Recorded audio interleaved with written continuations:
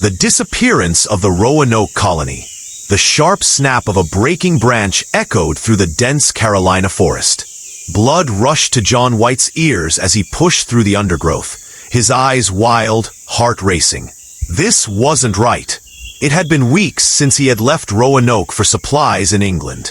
But as his eyes scoured the edge of the settlement, he saw nothing but an eerie silence hanging over the once thriving colony. A silence that whispered of something wrong. "Where are they?" John muttered under his breath, his voice barely a whisper against the stillness of the woods. Welcome to Jella Historian, where history's greatest mysteries come to life. Before we dive into today's chilling story, kindly hit that subscribe button and give this video a like. It really helps us grow and keeps the history alive. Let's get started. In the late 1500s, one of the most enduring mysteries in American history began to take shape. The inexplicable disappearance of the Roanoke Colony. A group of settlers, led by John White, established this English colony on Roanoke Island, which lies off the coast of present-day North Carolina. But when White returned to the colony 3 years later, in 1590, he found it abandoned with no trace of the colonists, except for a single word carved into a post. This brief and eerie clue has perplexed historians, archaeologists, and amateur sleuths for centuries. What happened to the settlers? Where did they go? Was it a violent attack, a forced relocation, or something much more mysterious? Several theories have been proposed over the years, but none have provided a definitive answer. To this day, the disappearance of the Roanoke Colony remains one of the greatest unsolved mysteries in the history of the United States. John White stumbled into the clearing. The remnants of the fort, now nothing more than scattered ruins, the wooden palisades broken and fallen. His eyes darted across the wreckage, searching desperately for any sign of life. Nothing. But there, at the center of the fort, was a single post. An unfamiliar symbol had been carved into the wood. 3 letters.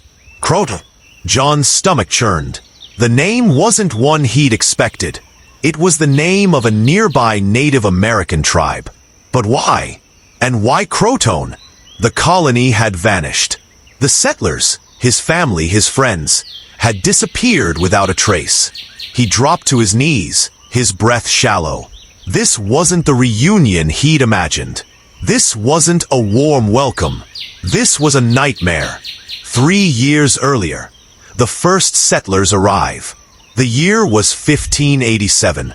The scent of saltwater hung in the air as John White's ships anchored off the shores of Roanoke Island.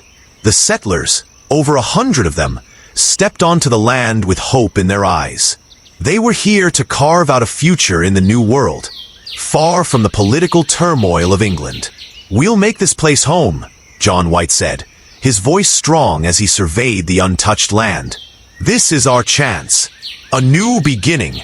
The settlers cheered, but John's eyes were sharp. They'd been at sea for months, and their survival here depended on what lay beyond the horizon. He knew it wouldn't be easy. The first days were filled with excitement and uncertainty, the crew scrambling to build a fort, plant crops, and establish some sense of order. But as the weeks passed, tension grew. The indigenous tribes in the area, particularly the Croton, were suspicious of the settlers. Negotiations, though peaceful at first, began to break down. On the morning of the second month, John called together a group of settlers. They gathered in the fort's central courtyard. Voices hushed as they murmured concerns about their dwindling food supplies. "I don't trust them," said Thomas, a burly man with a thick beard. "The Croton are watching us. I saw one of them last night, standing by the edge of the woods." John nodded grimly. "We've seen them too, but they haven't attacked. Not yet." "But will they?" interrupted Eleanor, her face pale. She clutched her infant tightly to her chest. "What happens when they grow hungry? When they need what we have?" John rubbed his chin. He wasn't blind to the dangers, but there was no easy answer. If they were going to survive here, they needed to understand the land. and the people who lived on it. Weeks later, trouble brews. Tensions escalated as the days turned to months. Supplies dwindled faster than anyone had anticipated. It wasn't just the food. The settlers were growing restless. They hadn't received word from England in months. Where were the ships that were supposed to bring them help? John paced the perimeter of the settlement late one night, his thoughts racing. He needed to make a decision, but every option seemed more dangerous than the last. "John!" A voice called from the shadows. It was Eleanor, her face etched with worry. "We've lost half our food supply, and now there's talk of moving further inland, to Croton territory. But I don't trust them." John frowned, his eyes narrowing. "If we stay here, we'll starve. If we move inland, we risk angering the Croton. They're not our enemies, but we can't afford to alienate them." "We have no choice," Eleanor whispered urgently. "Either we go, or we die." John clenched his fists. "I'll send a message. I'll go back to England and bring back more supplies, more help. We can't give up on this colony. Not yet." The final decision. John White departed for England, leaving the settlers behind. But months passed with no word from the motherland. The colony began to crumble. Fear spread like wildfire, and cracks formed within the group. Some whispered of abandoning Roanoke entirely and relocating to a different settlement. Others argued that they should stay and tough it out. Then, without warning, the day came when John returned. But it was too late. The colony had vanished. John returns to find nothing. John White's heart hammered in his chest as he stood before the post. Croton was carved deeply into the wood, but there were no further clues, no bodies, no signs of struggle. Just emptiness. "Where did they go?" John muttered, his voice raw with emotion. He turned, half expecting to see the settlers emerging from the woods, laughing, calling his name, welcoming him back. But nothing. Just the rustle of leaves in the wind. "John!" A voice croaked from behind him. It was a familiar voice, a voice that shouldn't be here. John spun around, his pulse quickening. A man stumbled into view, eyes wide with fear. It was Thomas, but something was wrong. His face was gaunt, his clothes ragged, and there was a wild, desperate look in his eyes. "Thomas? Where's everyone else? What happened?"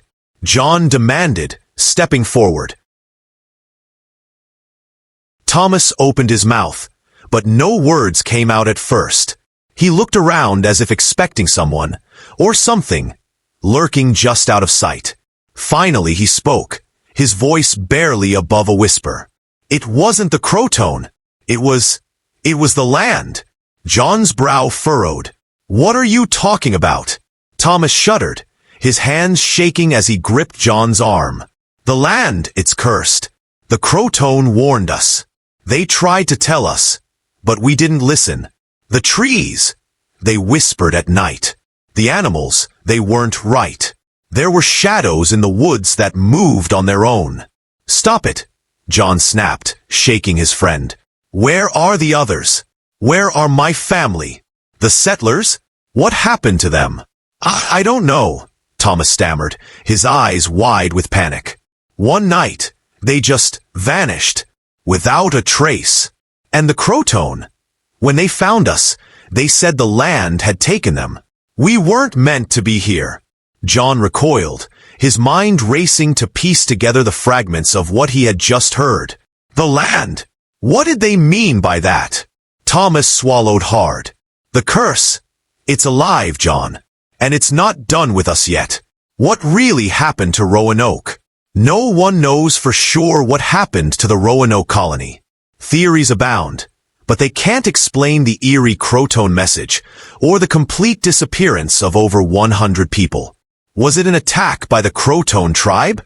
Or was it something far darker? Something rooted in the land itself? Some believe the settlers relocated to Croton Island, but no trace of them was ever found. Others speculate that they were victims of a deadly disease or an attack by rival settlers. But as John White learned too late, some mysteries remain unsolved, no matter how hard we try to uncover the truth. The question lingers, hanging in the air like the whisper of a forgotten secret. What really happened to the Roanoke Colony? And that brings us to the chilling end of the mystery behind the lost Roanoke Colony. What do you think happened? Was it a secret relocation? Or something far more sinister? Drop your thoughts in the comments below. I'd love to hear your theories.